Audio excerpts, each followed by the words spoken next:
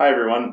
This is the SEBA call for April 30th, 2019. The two items we have on the agenda are a brigade review. We wanted to look at the email that Saurav sent about all the brigades that have started and some of the requests for help there. And then to continue the alarm event, I worked up a document and I've been passing that around that I'd like to talk about and maybe uh, figure out what the priority is and time frame and those sorts of things for implementing that. So let's get started. Um, the uh, as Sorry, I sent this email last night. It goes over a lot of the brigades that exist. Is Sarah, do you want to? If Sarah's on, does he want to speak to that, or I can go over it?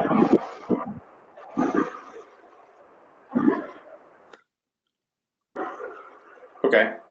So some of these are Volta related. For example, there's the Adapter Containerization Brigade, which Matt at AT&T is running. There's also a Certification Brigade that's focusing on switch certification. There's additionally there's work to improve BBSIM and to do tech profiles. Those are not on the calendar or had just concluded. So additionally, there's some new brigades. There's a profile integration brigade that Matteo is leading and Infosys is contributing to. Matteo, did you want to speak to that? Yeah, sure. I can just say a few words where, uh, thanks to Infosys, we were able to pick up the effort to integrate the tech profile NEM. And so we have two guys from Infosys, Aradik and Selva, and they are helping us into integrating tech profile in them so that they can be managed from the northbound and push it into VTCD. We are meeting on Thursdays at 8:30, so if anyone is interested in topics, please join the call. Okay, thanks, Matteo. We also have the SEBA Pod Management and Volta FCAPS Brigade, which also deals with redfish. Scott is leading that, and Sterlite, Infosys, and EdgeCore are contributing. Scott, did you want to speak to that?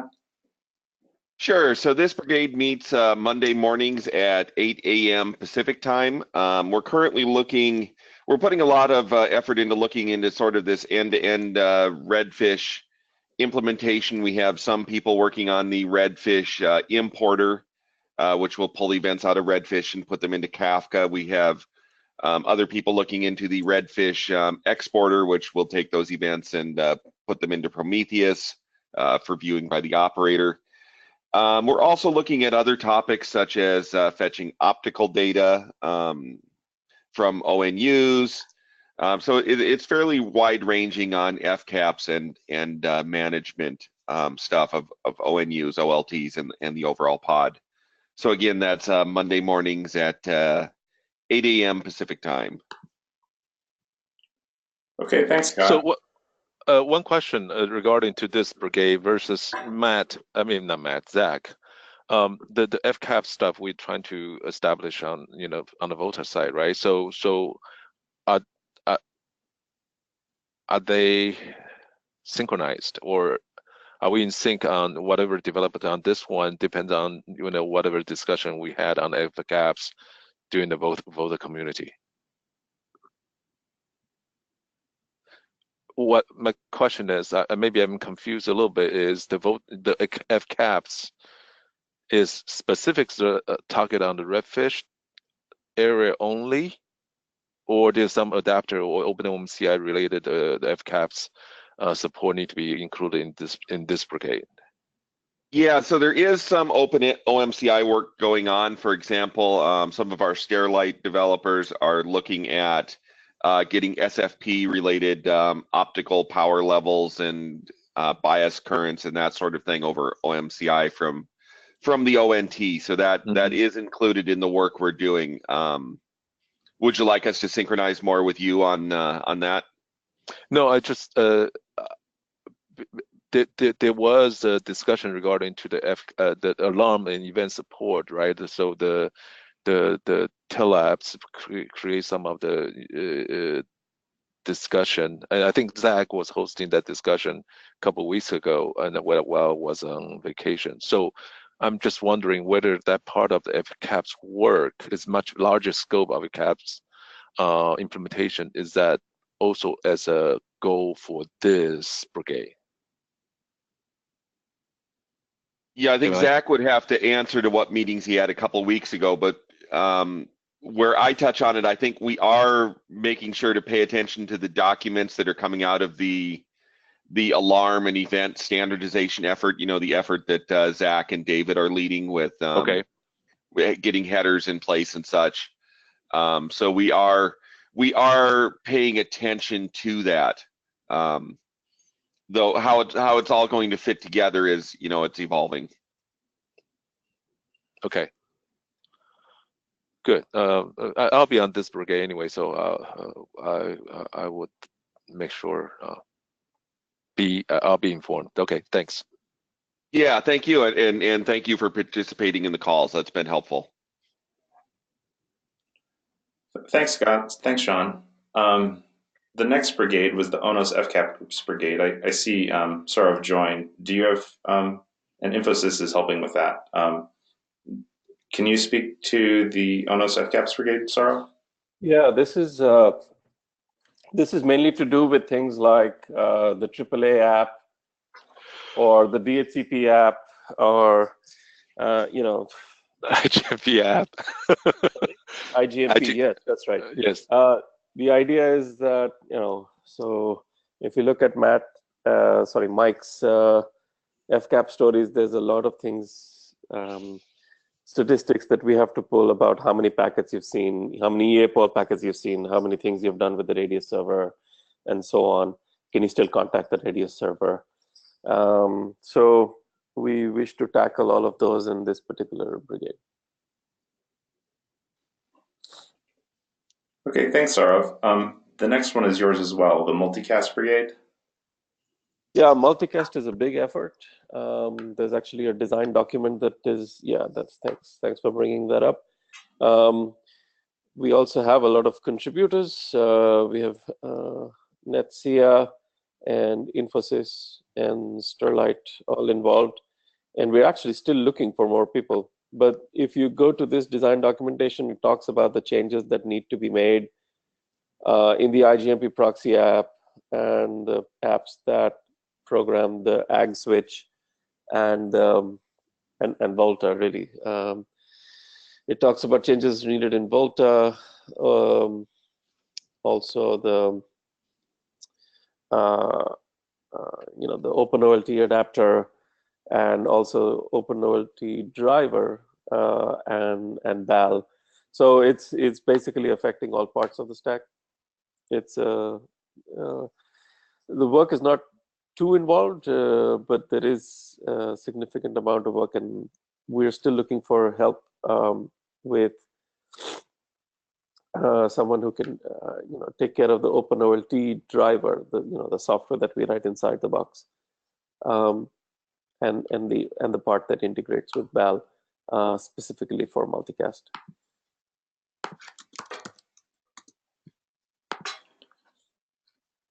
Okay, thanks, Saurav. So if anyone is interested in contributing to that Multicast Brigade, I guess contact you. Is there a time that this brigade is meeting?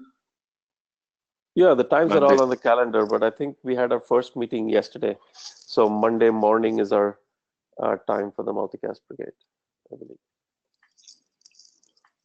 Monday morning at 8:15 a.m. Pacific time. Yeah, it's overlap with the pod management, I think. Does that time overlap with? Look, we cannot avoid meeting? overlaps. Right. Look, we can't avoid overlaps, right? Because a lot of our friends are in Turkey and in India, and we have this narrow window early in the mornings from the Pacific time where we can All right. talk through it. So we just can't avoid overlaps. I'm sorry.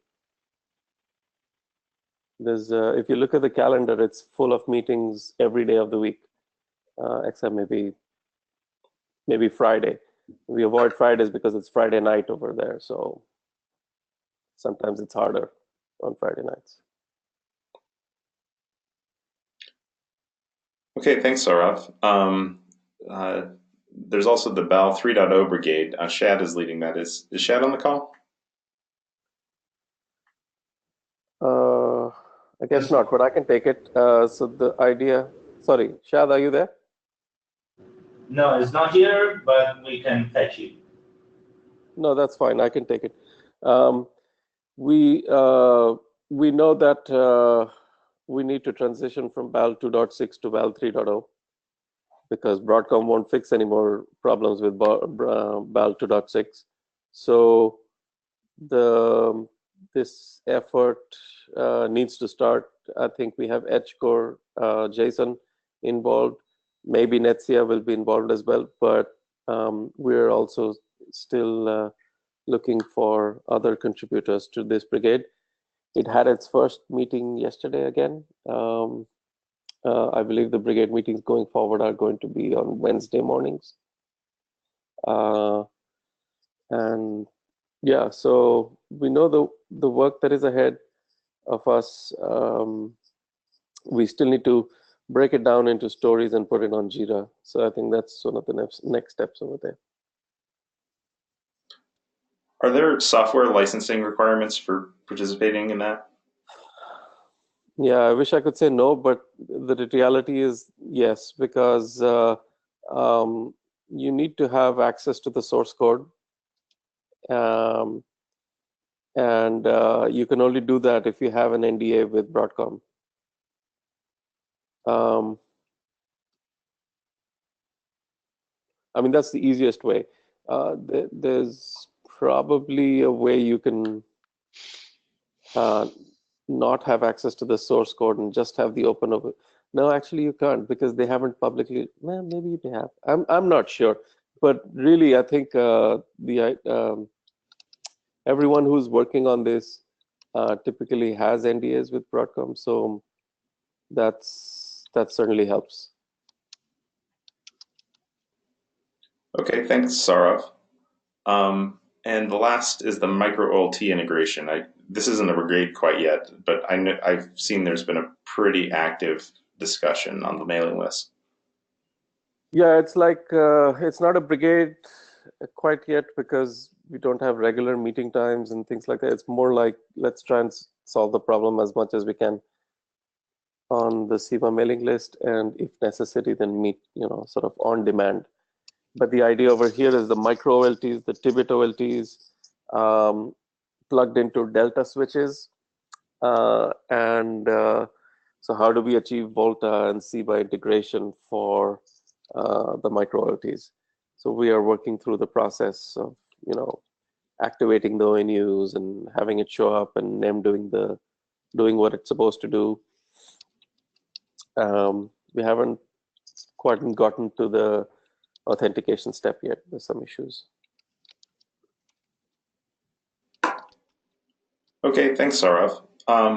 That's the current list of brigade, and as said at the bottom, it looks like we're going to be starting more brigades on the Turk Telecom workflow, some of the alarm and event stuff, and yeah, those things are still sort of in design phase. Right. Like you're doing the alarm event filtering stuff.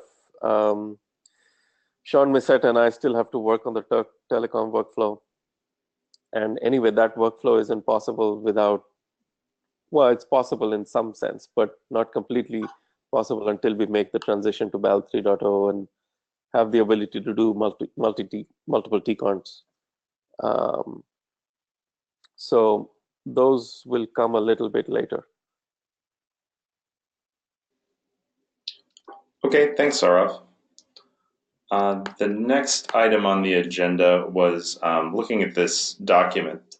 So in the last few weeks, I've been talking to David Bainbridge and Les Murray and Andy Rubel at Adtran and Scott Scott Baker, and we've been trying to go through the way forward on alarms and events, partially in Volta and also in SEBA. So I worked up a document that I circulated yesterday. And I'd just like to go over it at a fairly high level. This is a pretty high level document. It doesn't really specify any choices of technology. It's almost theoretical in some ways. It describes how the alarms and events would work, and also sort of a division of labor between different parties. Currently, and also it helps define terms. That's one of the key things that I fixed on fairly quickly in working on alarms and events. Specifically, the definition of what an alarm is really pretty nebulous, or people will talk about it, but somebody will say one thing and mean one thing, and somebody else will use the same term and mean something else. So I would highly recommend that people take a look at this Chasing a Definition of Alarm document. It's quite detailed and talks specifically to telecom solutions. It's about a 10-year-old article, but it's still relevant.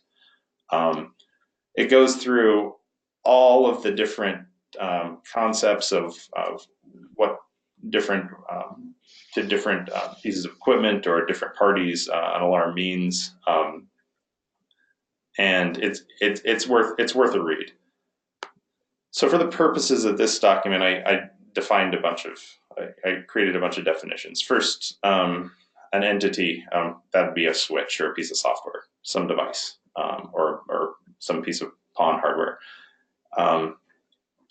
For the definition of an event, that's any point in time occurrence or change in state. So you'd end up with you have a message. It says that something happened or something changed. It might even be this might also include metrics, but generally that also is just a change in state.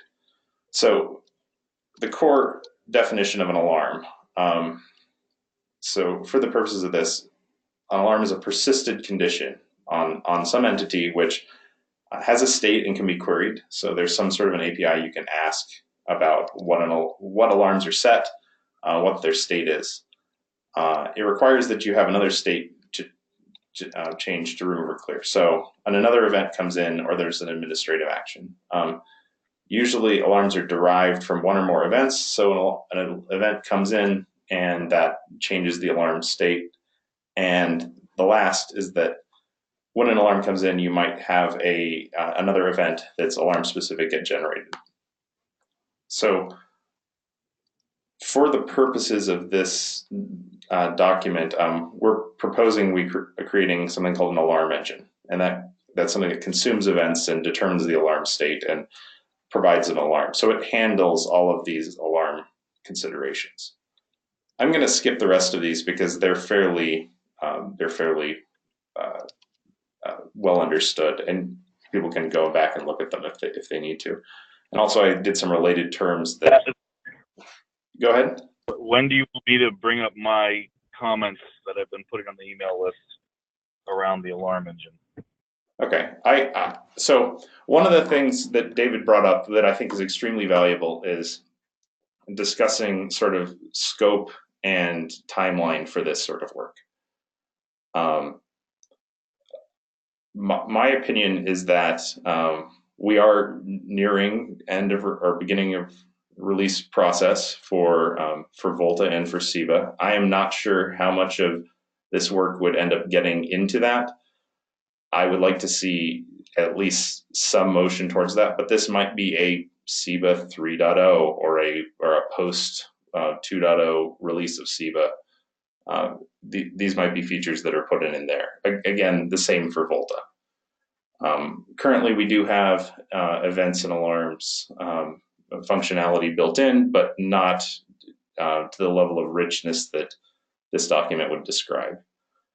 And it may just be that we run out of time near the end of the development process. And additionally, we might have other things that are higher priority. We haven't reached the scoping of work phase, and I do agree with David in that respect, that I think that because we don't know the scope of work yet, we don't know how much time this would take, and therefore we don't know how it would fit in with the schedule. Does that sort of match up with what you were thinking? That covers a lot. My opinion is based, again, and we don't have the full scope, is this is a project in and of itself, and therefore too much to take on under a SEBA umbrella.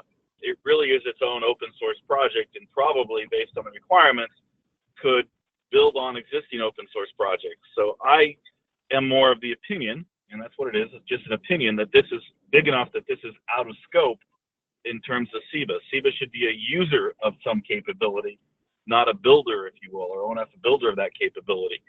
And so that's kind of where I'm coming from. I think the scope's just too big to include it in what we have. So I feel like we have this hole that's between what's going on in the Volta community and what's going on in the SEBA community and what operators are asking for. And that is to have some functionality that provides this set and clear alarm, have an API that allows people to query down in and ask for alarm state. And it very well might be that we could integrate some existing project that does this. There are plenty of alarm or engines that handle monitoring. You could take Nagios or Zabbix or what have you, and integrate that as, here's our solution for alarms. We have this whole, we use this whole off-the-shelf thing. But to that point, we still would need to have some sort of structured way that we're generating events in a common format. And the work that David was doing on defining an alarm header, and then maybe defining the schema for the content of events. I think that is something that, no matter what solution we use, is something that we could move forward on and would be good to embrace. Yeah, that I agree with. We need to be able to have a standard way to publish alarm or events. Sorry. Right. So that said, it may be that we end up spending all of our time, or at least prioritizing the work done on defining the event schema, and eventually maybe we write an alarm engine, maybe we find something off the shelf that does a lot of this. The big point that I wanted to make is that, and as we go through this document, there's some things that operators want to be able to do regarding alarm enrichment or an event and alarm enrichment, and also to be able to control what is considered an alarm to their system, and trying to map that onto another tool's configuration. We'd have to decide that we're happy with the functionality available in those systems, and then figure out some way to either map one format onto that, or just say use the upstream project's configuration to do that. So I realize that this document is in a space where it could be that we implement just the format side of things, and the what's called an event inventory side of things, and then we go a different route with the rest of it. Yeah, this is Les. I definitely do believe that somewhere within the scope of Volta / SEBA, there definitely needs to be something that performs the functions which are defined in your document. I thought you did a real good job of capturing it, and I think that there definitely needs to be an entity that does it. For sure, if there are tools that can give us some of this functionality without creating it ourselves, I'm 100% behind that. I'm new to this particular domain, so I don't know if there are tools that you guys are looking towards that give that level of functionality. But if such things do exist, I think it's prudent to take a look at it, because I certainly wouldn't want to reinvent the wheel if we have access to something that can serve a lot of these functions. But also in terms of the format, I do think that it needs to end up staying pretty close to what you would see normally with most operators, so that it fits well within any existing systems which they have. Because there's a lot of infrastructure and a lot of workflow and operations which kind of flow around that data, which they do have good content for managing. And so I just would want to make sure that it's something that's relatively close to what they're used to seeing in terms of data today. I agree, Les, and I also think that for some portions of this, there exist really good tools. If you look, for example, if we were going to go down a model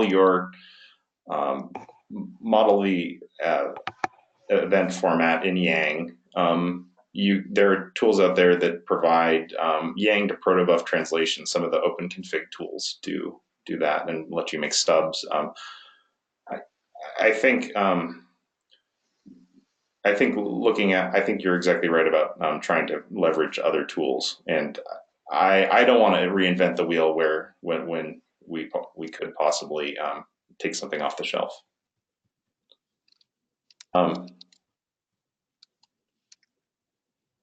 Okay, so I'm going to keep going through. I'm going to skip this separation of responsibility section and talk a little bit about the different components involved. So first, there's the structure of events. An event ends up being made up of a header and a payload. David did a bunch of work. He has a document here that describes some event structure in Volta, and goes through and gives header properties, and also some examples of what some headers with a payload would look like. So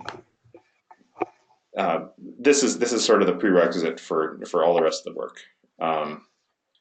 Next, I'm proposing that we create something that I'm going to call an event inventory. So an event inventory is a way of specifying for a service or a entity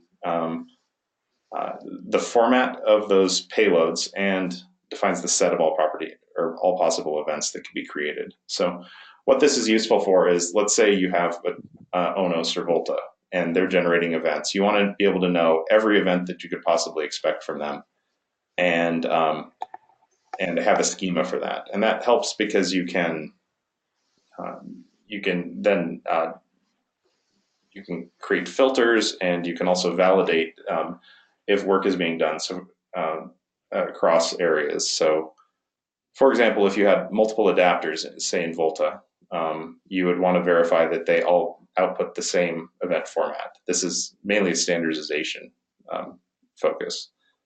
And also, if somebody needs data that isn't in the event inventory, they would be asked to add to that event inventory. So, for example, Volta might decide to use portions of the OpenOMCI spec, and eventually that would turn into an event inventory for PON devices. So this is sort of defines the things that a developer would be interested in and would be responsible for generating. So an operator then would come along and say, okay, I have all these events that are being generated, and I have different priorities. I might think something is more interesting than another, something is more important than another, so it might need to have metadata such as severity added. An operator might say, I don't care about this event, so I want to drop it. Or I do care about this, so I want to republish it up to a higher level system.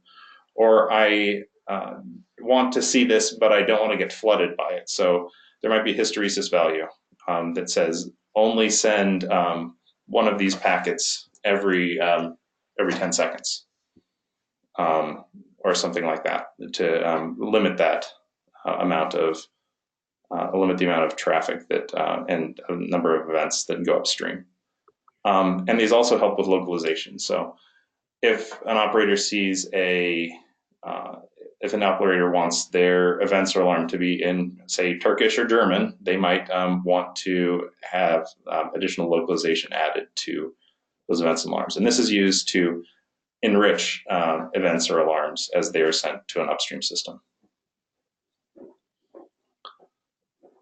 So then what this document proposes is to create a state machine for alarms and the alarm engine. So alarms are thought of as having at least two states. So they'll either absent or they're set, and they might optionally have additional clear state.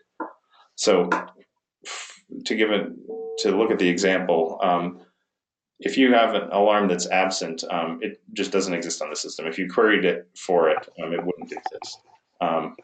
Then you have some sort of a failure that would occur and it cause it to be set. If that failure recurs, then it continues to be set. And the only way to get out of the failure, the alarm failure state, would be to delete it and get rid of it, which is an administrative action. A more common alarm. But one question about that is in that, because I didn't quite understand that state model. I saw it, I read it, but as an example, the typical thing that would happen in that scenario is that, that would come right back, because as long as the condition was standing, you're going to detect it. So it just seems like that deletion is a non-permanent thing, and maybe it might get you to the next state transition. I don't know, but it just seems like that one's going to come back a lot. I just didn't quite understand that state model. Yeah, I realize this isn't the conventional state example. The three-state alarm is more, which we'll go over next, is this is more for things that are sort of fatal. If there's a hardware failure and it gets set and it says, like, I have a failed power supply, redundant power supply on my switch, it's, even if you delete it, it's going to come right back. You're exactly right. So what this would cover would be generally things that require direct, either physical or some other human intervention. Maybe this is the service went down and is not coming back up. That could be an example of this, where it requires human interaction, and it may not resolve itself through some sequence of events. So a more common transition might be this three-state alarm example. So I'm going to imagine a switch where the up state of an interface is the normal status, and the a interface being down is the set or undesirable state. So initially, the device gets turned on as it may start out with the interfaces in the down state, so the alarms are set on those. When they come back up, the alarms are clear. As they continue to be up, they stay clear. But then when the interface goes down, it goes to a set state. And then they'd go back and forth as the interface goes up and down. And then if, for example, you needed to delete these for whatever reason, you could administratively delete them and they'd go back to the absent state.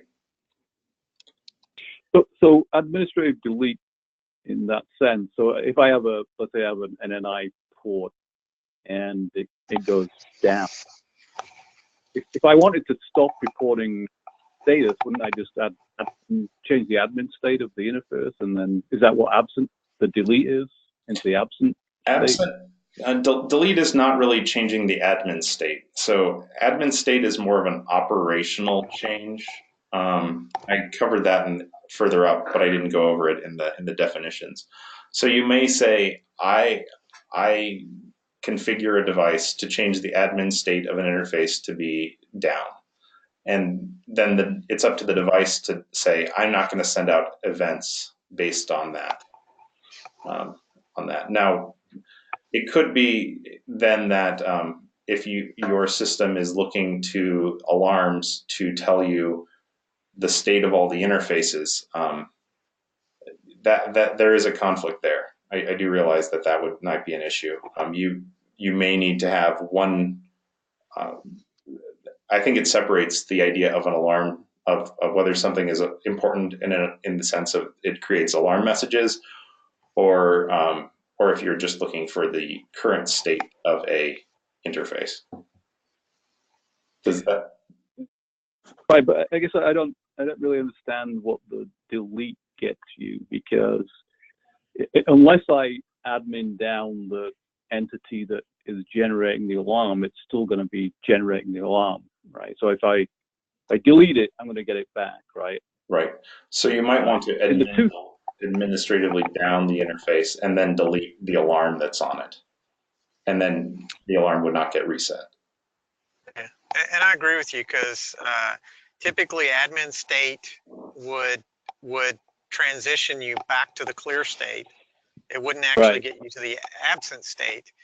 And the only, to me at least, the only utility I see in an absent is sometimes you have logical entities which you alarm.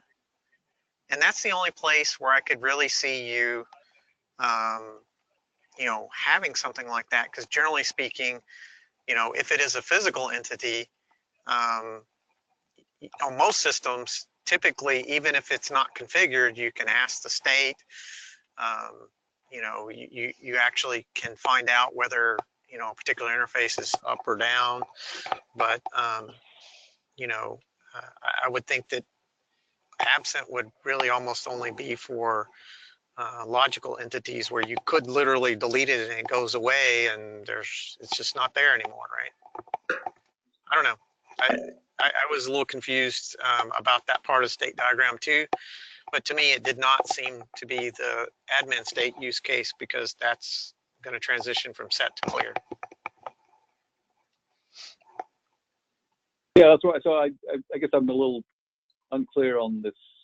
Is this a standard based on that? My IEF standard? Because I haven't really seen this before. But so there's a so where this was, these were derived from was primarily if you would go back to the chasing document, there are multiple different ideas of what a state of what an alarm state machine looks like. And this closely follows the resource alarm state, which has a fairly similar design, except for rather than having an end state, it's the I renamed this end state as the absent state, which then lets me draw the edge from that alarm state, or from that absent state, to the active or set state. So there are also more involved alarm ideas. This is what's called a managed alarm state, and you can see that it has many more states that would be incorporated. This is more of a thought of if you were handling the entire idea of alarms from somebody who's at a management console and has the ability to acknowledge them and clear them and decide whether they're active or not. For the scope of Volta and SEBA, this seemed like overkill, and also getting into areas covered by upper level systems. So the ONAPs of the world might be handling the whole acknowledge and trouble ticket generation functionality. So right. I'd encourage that you to take a look at this document and go through the mental exercise of of looking into the differences in what constitutes an alarm. So really, these state machines are designed to do a couple things. They're designed to transition between states. When you reach a state, you may want to send an event, and that's the concept behind the alarm engine. So what the alarm engine does is then it basically does three things. It consumes events and feeds the state machine, provides an API for doing the administrative actions of deleting and querying the events. It also provides some idea of a squelch or a shelve, which controls whether alarm transitions generate those events that indicate the alarm is being set or cleared. And then also it handles any hysteresis period so as not to flood or flood the upstream interfaces with flapping or other rapid transitions. So actually programming the state machine, I'm proposing that an operator would go through and create an alarm state, something called an alarm state transition list. And this does a few things. It defines the name of alarm, it defines a hysteresis period, it defines a list of events, and it defines a uniqueness criteria. So I'm going to skip to the 3-state one. And one thing about you said uniqueness criteria. One of the other things is when you look at the uniqueness criteria, it has to be based on the contents of the event. Because if you want to clear alarms after a reboot, it has to be based on the fields of that alarm as opposed to some, generated ID, right? Yeah, I think that's correct. So what you'd end up having to, so raising an alarm, actually deciding which events trigger an alarm. Once you've identified them by name, so usually from the header, then there's some level of, you have to parse out what that event's content is, and that would be the alarm header would probably tell you how to decode the payload, and the payload then would have unique fields. So I'm using the same example as in the diagram above, and I used a very simple sort of YAML function or YAML format here.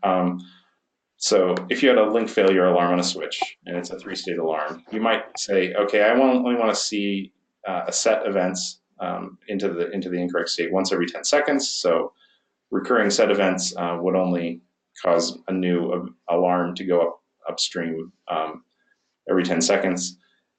If you see clear events, you'd only see those happening every 5 seconds. That may not even be needed because here it says to send a clear event, to not send a clear event, but you would send a set event. The idea of a recovery event is a transition from clear or set to clear, and that would also be sent. And that's differentiated from the clear event because the clear event doesn't normally send an event. So then it comes down to what other events are inputs to the system that cause state transitions. So you could have set events. So the interface going down, and that's unique to the switch and the interface. You could also add additional reasons why this set or clear occurred. So for example, a clear event, you might generate a clear event on admin downing a specific port. So you might get both, the event might be cleared both when you when the interface comes back up, or also when that port enters an admin down state. So that's the general idea, is that to provide a way for an operator to basically program what they want in terms of alarms. And you might have this be exactly the opposite. You might say, I want on a specific kind of port, I only want to see alarms when the interface comes up. Like it shouldn't be, like maybe it shouldn't be up. So these are sort of, this provides a programmatic interface for setting and clearing, or for deciding what alarms actually are. Yeah, it looks really flexible. I mean, so basically, if I don't want to see alarms from a particular interface, I could just say, you know, the event up, you know, active, going active is false, right? So Right. And yeah, also you could have it, if you have something not match on a set event, then that alarm wouldn't actually exist. It would, you can basically customize your system to only create the alarms you want, and not create alarms on things you don't care about. And then also, given the operator template, you could ignore events that you wanted or didn't want, or you could say, I want everything passed through. And any event that I see that I don't recognize, I want it passed through, or maybe an alarm gets set. So the goal here was to provide a lot of operator customization, and also set scope. And I want to go back to where I talked about setting the scope. So with regards to this, to all these different concepts, here's who would work on specific portions of this. So somebody who works at a standards body or designs a system, they'd end up creating the standards documentation, and then that would also turn into an event inventory. So they'd list the full set of events that a specific technology device could generate. And we already have a lot of standards documents, so a lot of this work would be the transforming portion. Then out of that, a device vendor or a service software developer would take that event inventory and would make sure that their entity only generates events that are compliant with that event inventory. And we'd have some testing tools. Later down, you'll see testing and validation. They'd validate that the events generated by a specific device match that event inventory. The next group would be network operators and people integrating on behalf of them. They'd go through and they'd make an operator template, which is that black or white list of which events they want to receive, and then they'd also create their alarm state transition list, which should decide which events turn into alarms.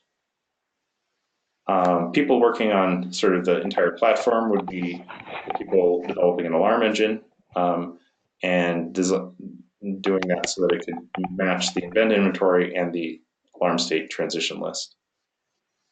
And then testing and validation. One of the other advantages of this plan is that it's quite testable.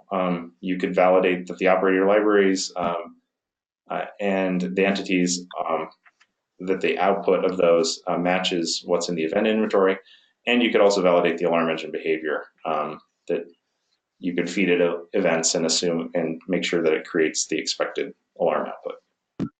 So in terms of splitting these up and priorities, it seems like if we go straight from the top to bottom, figuring out the structure of events, which David has started to work on, is sort of the most important and primary workspace. And then going from that, figuring out event inventories and getting adapters to generate within those generate events that match those inventories is sort of the most important initial step, and everything else builds on top of that. That might be existing a lot of work, and so we need to figure out what the scope is for that and whether that fits into our timeframes. Do we have? I realize this is a lot of new concepts, a lot of somewhat theoretical description of how this entire system would work, and I realize that things may change as we try to implement this. But are there any other questions or concerns?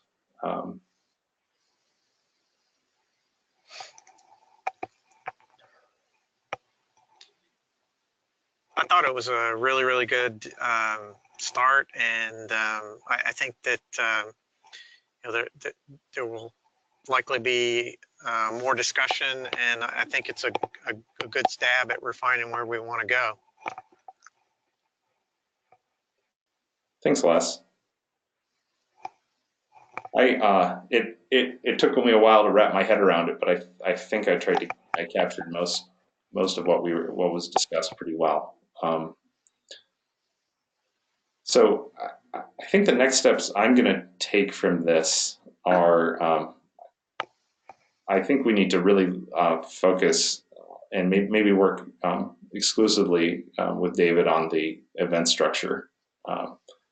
And figuring out that, at least for the Volta side of things, will probably clarify some of the other decisions. In terms of whether this gets into into the next release or subsequent releases, that's pretty much.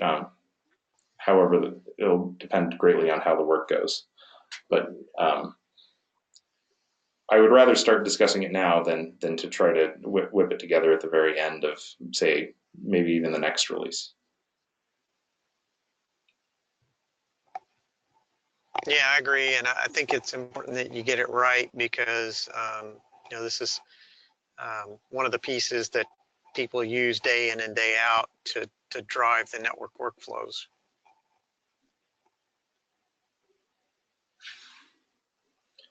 Okay, I agree, and I think that yeah, if anyone else wants to contribute or comment on this document, I'm very open to that sort of input. So I think we're done with this topic. Well, I would suggest one other thing is if there are people that understand or know about tools that would facilitate this type of thing, and also you know, alarms conversions to other formats, you know, that are common, you know, like syslog and other tools. Those would be great inputs because, as we were discussing earlier, you know, anything that can give you a leg up and, you know, maybe give you a much richer tool set than trying to cobble it together ourselves is a win. So if anybody has any suggestions in that realm, that would be really beneficial.